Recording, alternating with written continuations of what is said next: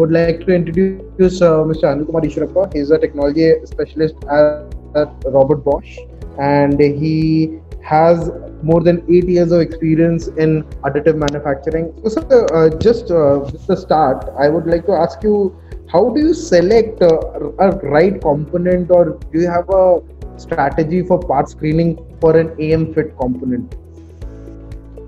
Yeah, Ankit, we at Bosch strongly believe that additive manufacturing can be a future game changers in the manufacturing and the supply chain scenario.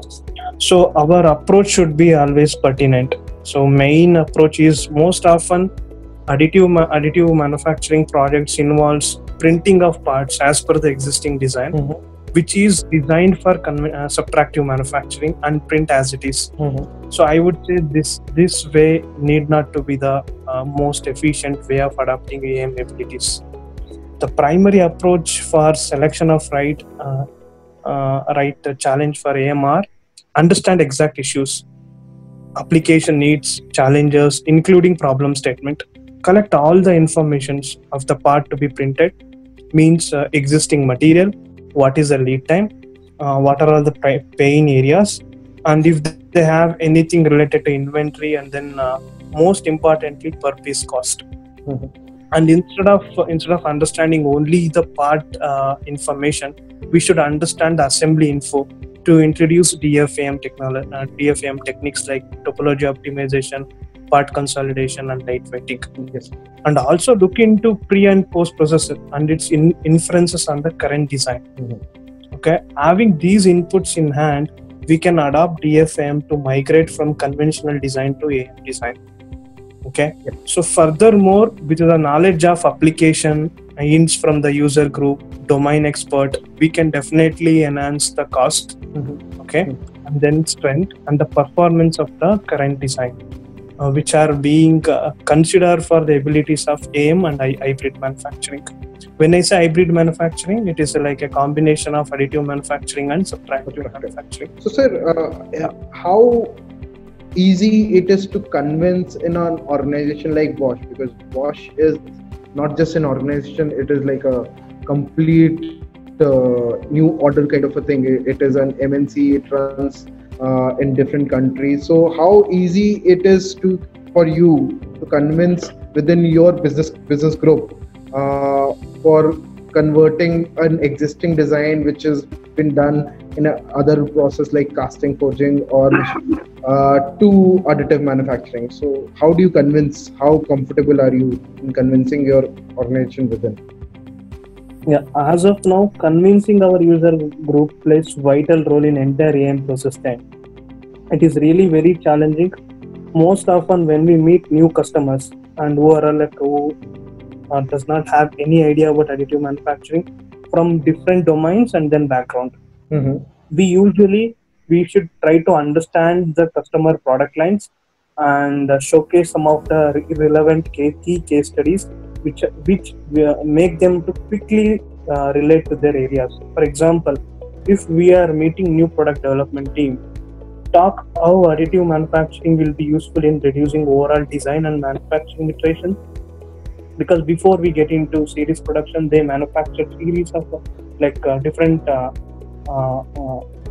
phases for validating their design and their materials. Yes, that can be definitely avoided. And if you are addressing purchase team or logistic team, talk about spare parts, legacy parts, and inventory parts.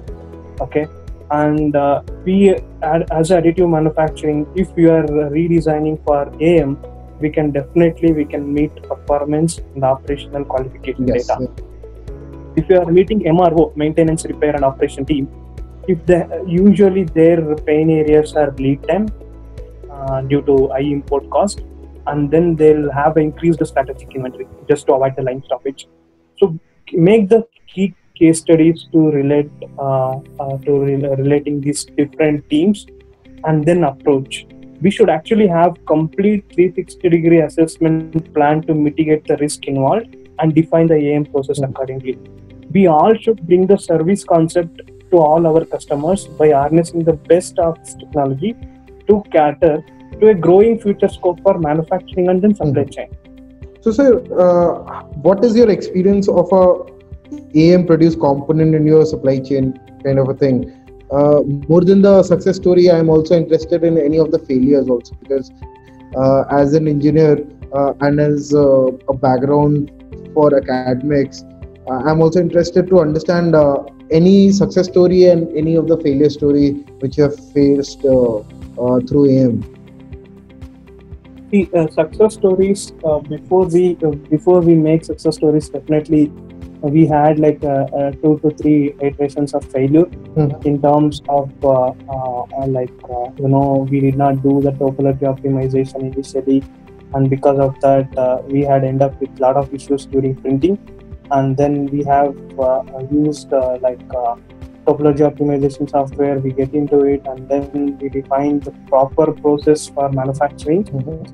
And then the success story was recently we have replaced the carbide material with using Marathi steel, or one of the farming tool. Oh, okay. Where the main primary focus was to identify right material, and then we defined different stages of heat treatment cycles, and then we defined final machining to achieve 2 microns tolerance.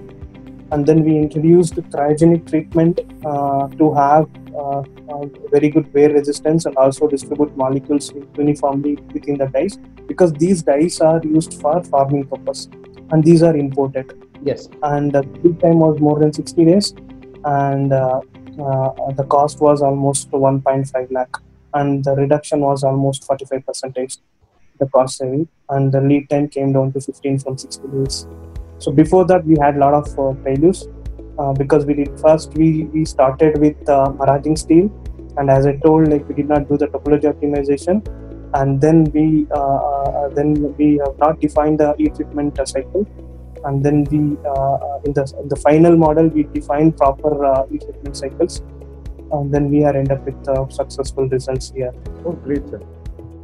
So, sir, any challenges currently you are facing with the technology or the design side, or because you told about some legacy components. So, yeah, if they are legacy components, if you're talking about Bosch, there must be components from way back in, let's say, after the Second World War, or just after that kind of time. So, a lot of components will not have 3D models or something. So, those kind of challenges, how are you being able to tackle in the real time?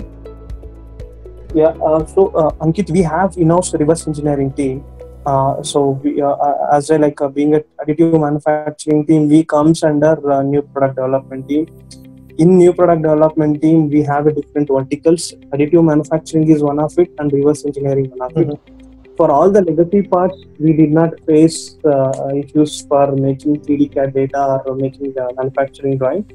If we have manufacturing drawing, then we straight away made the CAD data. If we have only the physical parts for internal usage purpose, then using reverse engineering operations, reverse engineering method, we have used 3D scanner, and then we developed the CAD data. Sure, sir.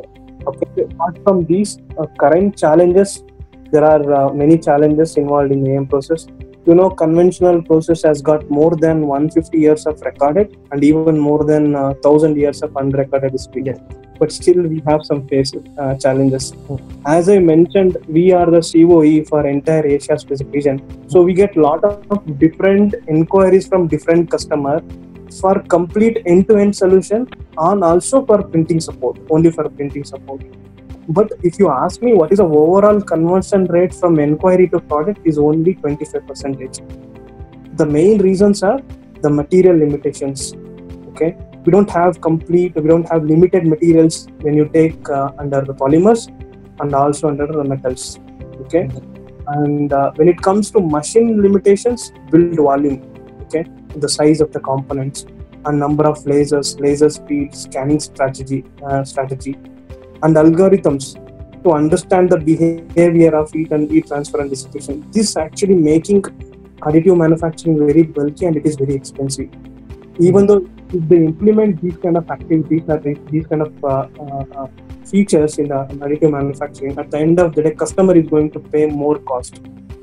Inert gas adoption. The conventional process we use only the coolant oil or water to make the component machining it off. We don't do complete closed chamber machining in conventional process. Only a few areas we do it. But in 3D printing, it demands inert gas adoption because of oxidation. Exactly. Not negative, it is one of the limitations for mass production.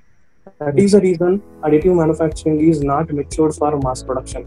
Yes. So when it comes to automobile, it is definitely not, I would not say it is not yet ready. But when it comes to aerospace, yes, because there the volume is very less. And the repeatability, when it comes to AM process, repeatability and dimensional stability. These are the two current issues, I would say. So overall, apart from these materials, machines, and the process, AM awareness to all associates is very important.